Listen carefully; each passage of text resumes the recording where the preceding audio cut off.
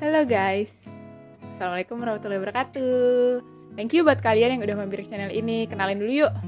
Kenalan, aku Wina. Dan hari ini aku mau menjawab pertanyaan dari Kuara. Oke, nggak nunggu waktu lama lagi, let's check it out. Jadi, pas gue lagi scroll Quora, ada satu pertanyaan yang bikin gue stop scrolling. Apa itu? Nah, ini pertanyaannya. Apakah ada orang-orang yang menjual organnya demi membeli iPhone? Dan tema cerita kita hari ini sekaligus mau membahas kasus yang lagi hangat-hangatnya akhir-akhir ini. Kalian pasti tahu kasus ini kan? Ini kan? Ya itu dah. Dilaporkan bahwa seorang anak laki-laki di Makassar menjadi korban pembunuhan oleh AR 17 tahun dan AF 14 tahun. Dan motif pembunuhan ini adalah penjualan organ manusia. Para pelaku pembunuhan ini mengaku mengenal korban, dan para pelaku ini mengiming-imingi korban akan memberikan uang sebesar Rp50.000. 50.000 cuy. Kejadian bermula ketika pelaku AF mengajak korban ke rumahnya. Korban setuju untuk menemani AF karena pelaku meminta tolong untuk ditemani saat membersihkan rumah. Dari rumah AF, korban dibawa oleh AR hingga korban dibunuh. Awalnya, para pelaku ini berniat untuk menjual organ tubuh si korban. Tapi para pelaku ini malah kebingungan ketika korban tewas. Karena kebingungan, para pelaku ini akhirnya membawa jasad korban ke suatu tempat dan meninggalkannya di sana. Korban yang bernama Fadli meninggal setelah dicekik dan kepalanya dibenturkan ke tembok. Pihak kepolisian menerangkan bahwa para pelaku pembunuhan ini membunuh karena adanya masalah ekonomi. Padahal harusnya kalau umur 17 sama 14 tahun mah nggak usah mikirin ekonomi nggak sih? Mereka kan tugasnya cuma sekolah nggak? Dan keluarga para pelaku ini berasal dari keluarga yang tidak mampu. Kasus terungkap ketika awalnya keluarga korban membuat laporan orang hilang. Kemudian polisi mulai melakukan penyisiran dan penyelidikan hingga akhirnya ditemukan jasad almarhum Fadli berada di bawah jembatan. Dan keadaan almarhum ini cukup mengenaskan karena kakinya terbungkus rafia berwarna hijau dan seluruh badannya dibungkus oleh plastik berwarna hitam. Nah, ternyata guys, perdagangan organ tubuh manusia ini sudah ada sejak dahulu dan terjadi di seluruh dunia. Biasanya ada 5 organ utama atau organ yang paling sering diperjualbelikan. Yang pertama ada ginjal. Ginjal ini sekitar 7.995 ginjal ini diperdagangkan setiap tahunnya. Dan harga per ginjalnya bisa mencapai antara 50 sampai 120 ribu dolar Amerika. Nah, ginjal ini juga merupakan peringkat 1 organ yang paling sering diperjualbelikan. Nah, peringkat 2-nya itu ada lever. Di peringkat 3 ada jantung. Di peringkat 4 ada paru-paru. Dan peringkat terakhir yaitu ada pankreas dengan total 233 pankreas yang diperjualbelikan setiap tahunnya. Dengan harga kisaran 110 sampai 140 ribu dolar Amerika.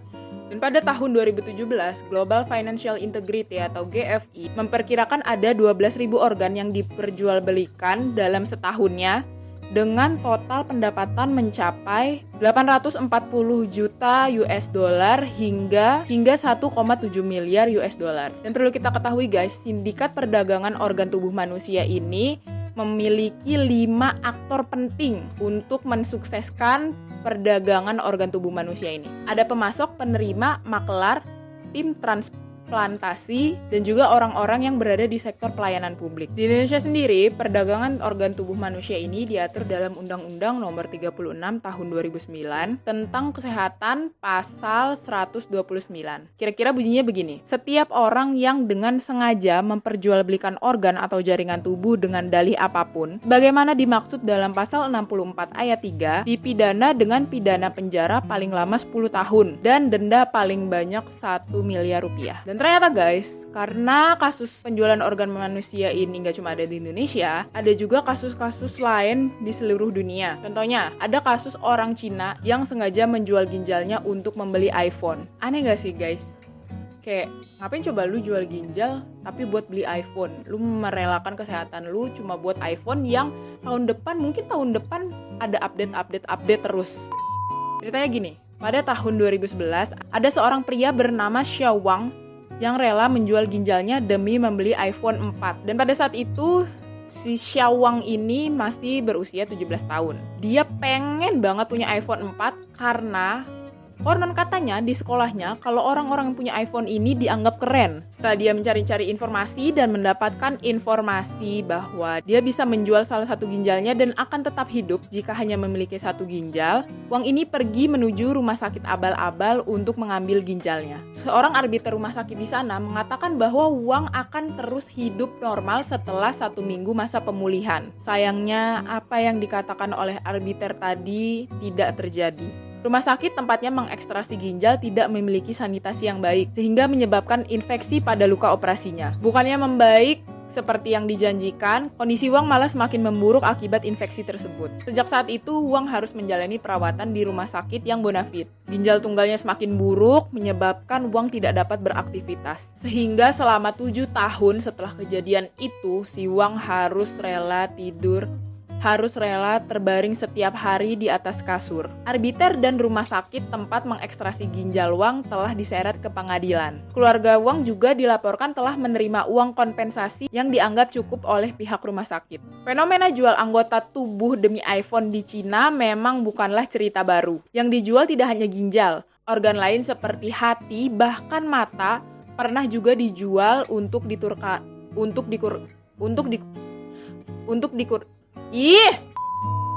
ditukarkan dengan iPhone model terbaru. Gak cuma di Cina dan Indonesia, penjualan organ tubuh mengerikan juga terjadi di Mozambik. Pada tahun 2004, Brazilian Mission Servant di Mozambik melaporkan bahwa telah menemukan praktik perdagangan organ terbesar yang pernah ada. Para biarawati yang bekerja di wilayah tersebut mengaku telah bertemu dengan beberapa korban dari penjualan organ manusia yang lolos dari kekangan pelaku. Dari sejumlah cerita korban, ditemui banyak anak-anak yang meninggal dunia dengan keadaan organ yang sudah tidak utuh lagi. Para biarawati menyebutkan bahwa tidak hanya organ anak kecil yang diambil untuk transplantasi, melainkan alat kelamin mereka juga diambil untuk kebutuhan orang yang percaya dengan ilmu magis. Setelah beberapa biarawati menunjukkan klaimnya kepada publik, salah satu suster bernama Dorothy Edinger ditemukan meninggal dunia dengan bekas luka pukul dan juga cekikan di leher. Para biarawati juga mengaku telah mendapatkan ancaman baik pribadi maupun ancaman yang disampaikan kepada keluarga mereka. Dan sindikat perdagangan organ tubuh manusia ini bisa jadi ada di dekat kita, guys. Sama seperti tadi aku lagi baca Quora, terus ada orang yang berkomentar kalau dia hampir saja menjadi korban perdagangan organ tubuh manusia. Jadi ceritanya waktu itu dia lagi jalan sendirian kayak di suatu jalanan gitu, tapi emang jalanannya sepi. Terus gak lama kemudian dia dilecehkan oleh orang yang sedang naik motor. Waktu itu dia lagi jalan, terus tiba-tiba dari depannya ada orang naik motor ke arah dia, terus tiba-tiba orang itu langsung meremas payudara dari si perempuan itu. Setelah kejadian itu, gak lama dari kejadian itu, ada satu mobil yang menghampiri si perempuan itu dengan keadaan kaca jendela yang sangat gelap, sehingga perempuan itu nggak bisa ngelihat orang-orang di dalamnya. Mobil itu berhenti di samping perempuan itu, kemudian dibuka pintunya, dan si perempuan itu melihat di dalamnya tidak terlihat apa-apa, nggak ada orangnya. Akhirnya karena takut dan masih syok dengan kejadian sebelumnya, dia langsung lari, dan dia bersembunyi di suatu tempat gitu, yang masih bisa ngelihat mobil itu. Setelah dia lari, mobil itu langsung tutup pintu dan kabur. Jadi sebenarnya di sini kita juga bisa ngambil hikmahnya, kayak kita tuh harus hati-hati gitu loh dalam bergaul dan juga ketika kita sedang berada sendirian di suatu tempat. Nah, itu kayaknya jawaban gue dari pertanyaan ini. Kalau kalian gimana, guys? Kasih tahu aku di kolom komentar ya supaya aku tahu respon kalian. Jangan lupa like, comment, subscribe dan share video ini supaya aku makin semangat buat jawabin pertanyaan di Quora untuk ditampilin di video ini. Ya gitulah intinya. Terus juga kalau misalkan kalian punya cerita-cerita yang mau kalian share, bisa loh kalian share ke aku ke email yang ada di description box. Nanti bakal aku bawain di video ini. Oke, cukup sekian videoku hari ini. See you on the next video. Bye-bye. Assalamualaikum warahmatullahi wabarakatuh.